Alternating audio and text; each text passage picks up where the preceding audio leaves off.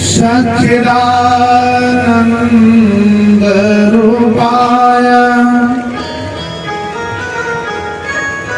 विश्वोत्पत्त्यादि Hathaway तापत्रय विनाशाय श्री कृष्णाय वयं नमः।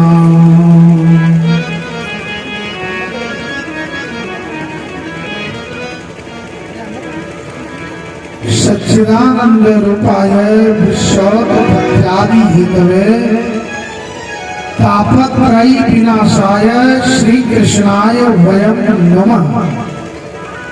श्रीमद्भागवत महापुराण महात्म्य का पहला श्लोक है। एक कथा किसकी है? जिस कथा की लालसा में हम बैठे हैं, तो कथा है किसकी? तो कहा सच्चिदानंद, जो सच्चा आनंद देने वाले हैं, जो सच्चित से भरपूर हैं, उन सच्चिदानंद भगवान की कथा इस पुराण में है, जिस कथा की लालसा में हम कहते हैं।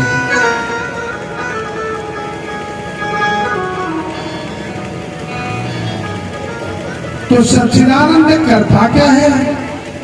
उसका काम क्या है? ध्यान देना, श्रीमद्भागवत की कथा सुनने से हमें पुण्य नहीं मिलता।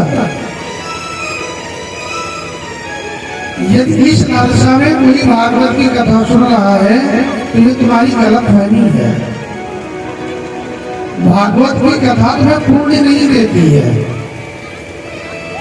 और यदि मस्तिष्क में बात आती है कि पुण्य हमें मिलेगा, तो गलतफहमी निकाल दो दिमाग से। श्रीमद् भागवत की कथा श्रवण करने से पुण्य नहीं मिलता है। कथा श्रवण करने से पाप का क्षय होता है, पाप समाप्त होते हैं। और ऐसा दुनिया में कोई है नहीं जिसके जीवन में पाप ना हो। तो ये भागवत की कथा केवल पाप का शमन करती है। इसीलिए तो व्यास जी लिखते हैं, श्री भागवत भगवान की है आरती, पापियों को पाप से है तारती। ये पाप का क्षय करती है, पाप का शमन करती है। तो सच्चिदानंद भगवान क्या करता है? उसका काम क्या है? तो भगवान का काम है विश्वोत्पत्त्यादि हेतवे, विश्व की उत्पत्ति करना भगवान का काम है। तो उत्पत्ति से ही क्या सारा काम हो जाता है? नहीं, यहाँ भगवान के भी 3 रूप हैं, ब्रह्मा, विष्णु, महेश। वस्तुतः तीनों एक हैं, देखने में अलग अलग है। सृजन करना ब्रह्मा का काम, पालन करना विष्णु का काम, और संहार करना शिव का काम।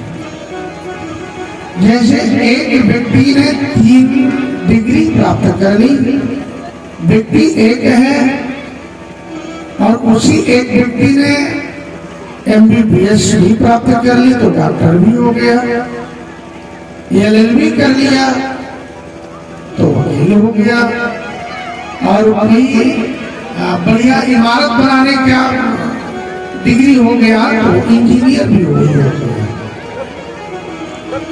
डिग्री एक है, डिग्रियां 3 हैं।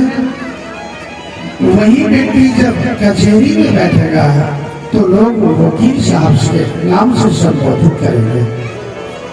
वही व्यक्ति जब डिस्पेंसरी में बैठेगा, हॉस्पिटल में बैठेगा, तो उसी व्यक्ति को लोग डॉक्टर साहब कहेंगे।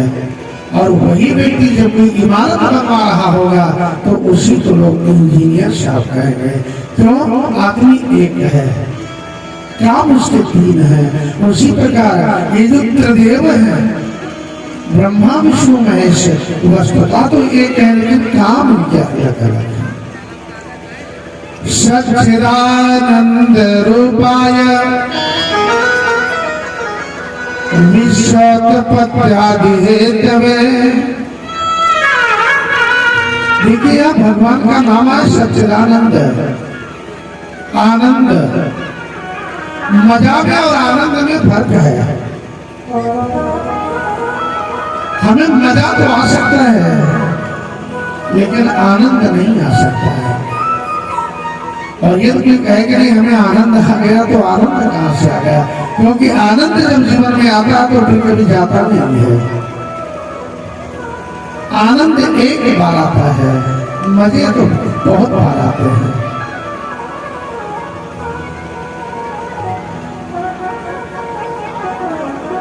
किसी को मिठाई खाने की लालसा हुई और रसगुल्ला को देखा तो 4-5 रसगुल्ले खा लिया, वाह भाई बड़ा मजा आया।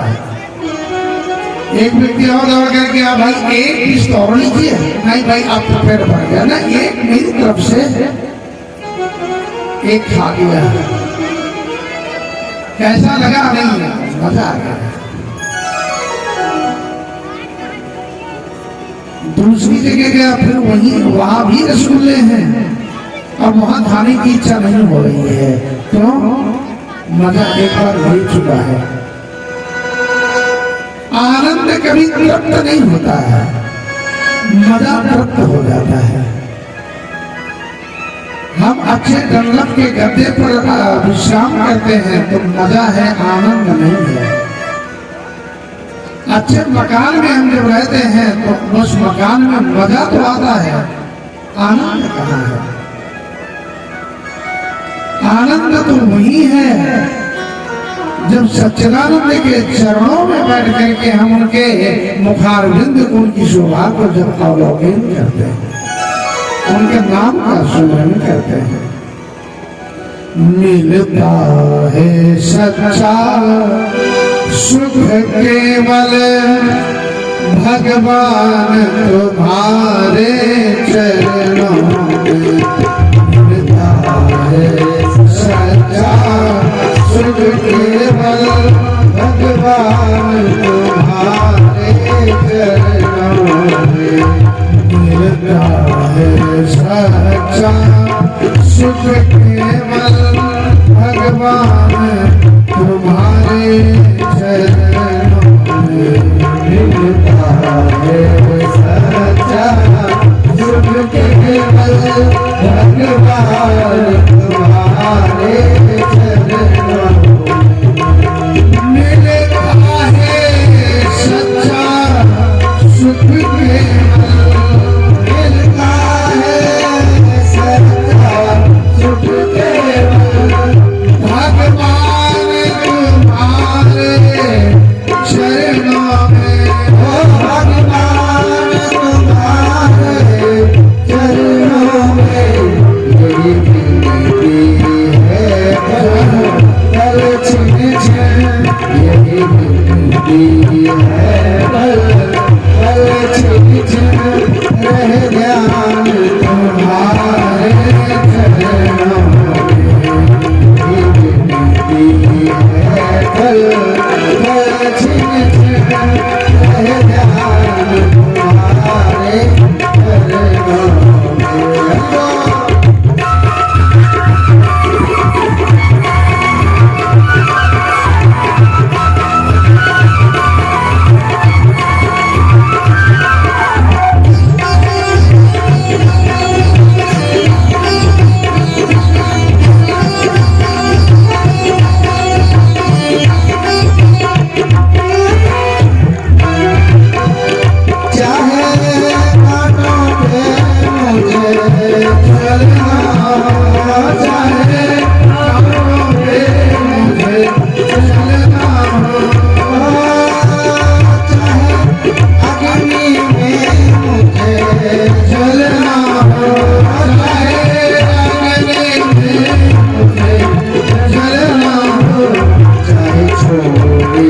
देश निकलना हो चाहे छोड़ देश निकलना हो चाहे ध्यान तुम्हारे करना चाहे छोड़ देश निकलना हो चाहे ध्यान तुम्हारे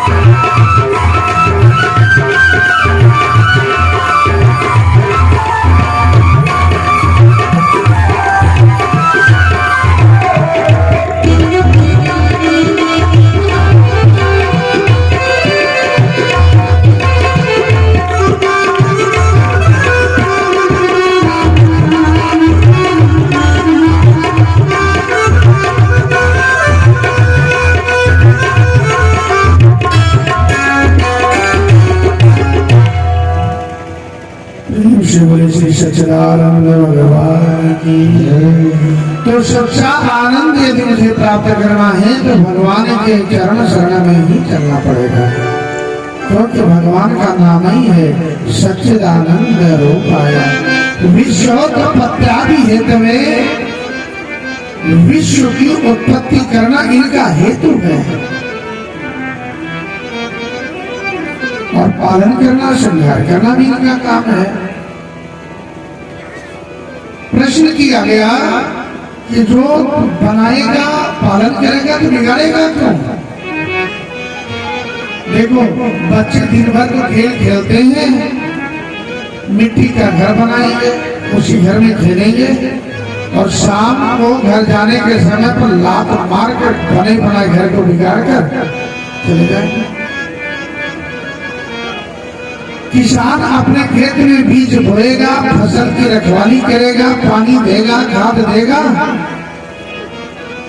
जब फसल पक जाएगी तो वही किसान अपने हाथों से फसल को काटता है। उसी प्रकार ये संसार जो है भगवान का घर है, हम भगवान के ही वो फसल हैं। समय जब आता है तो जैसे किसान अपनी पकी फसल को काट लेता है तो वो अपना जो किसान है ना भगवान, वो अपना फिर औजार चलाता है। कभी कोविड लेकर के आ जाएगा तो कभी स्वाइन फ्लू लेकर के आ जाएगा और फसल को काट लेकर चला जाएगा। लेकिन ध्यान रखना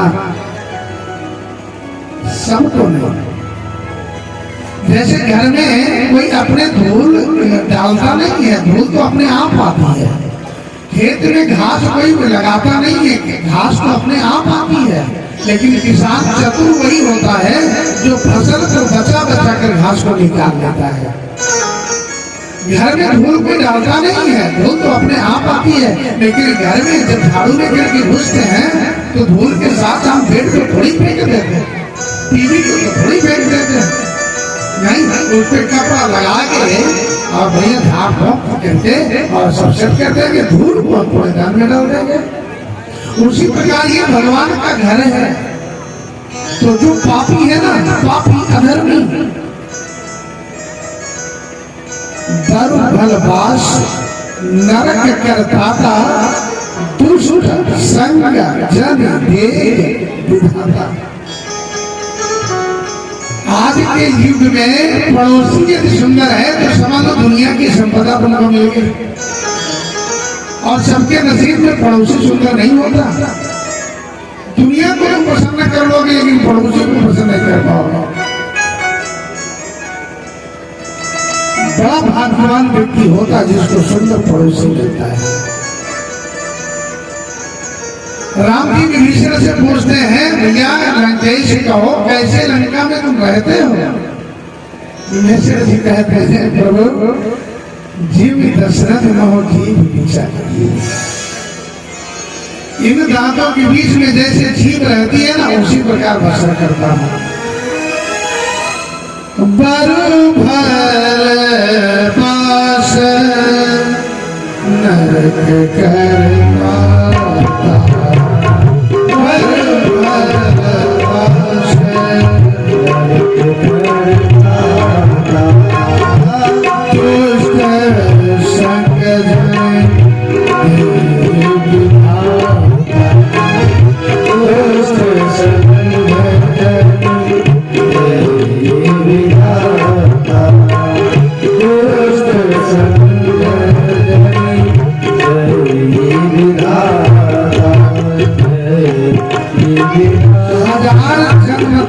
नरक में रहना पड़े तो स्वीकार कर लेना चाहिए। 1000 जन्मों तक नरक में रहना पड़े तो स्वीकार कर लेना चाहिए, लेकिन दुष्ट व्यक्ति का संग एक क्षण का ना मिले। गोस्वामी जी मानस में लिखे हैं इसको, दुष्ट व्यक्ति का संग एक क्षण का पर्याप्त है। लेकिन धन्य है वो लोग जो ऐसे लोगों के बीच में जीवन यापन करते हैं। तो तापत्रय विनाशाय, और भगवान का काम क्या है? 3 ताप होते हैं, दैहिक, दैविक, भौतिक। दैवीय प्रकोप, बिजली जब गिर जाती है बेचारा घर को भी नहीं आ पाता, समाज में प्रताड़ना देता है, और दैहिक शरीर में रोग लग जाते हैं। लेकिन भगवान की जब कृपा हो जाती है तो तीनों ताप उसको नहीं सताते। तापत्रय विनाशाय, ऐसे भगवान को मैं नमस्कार करता हूँ।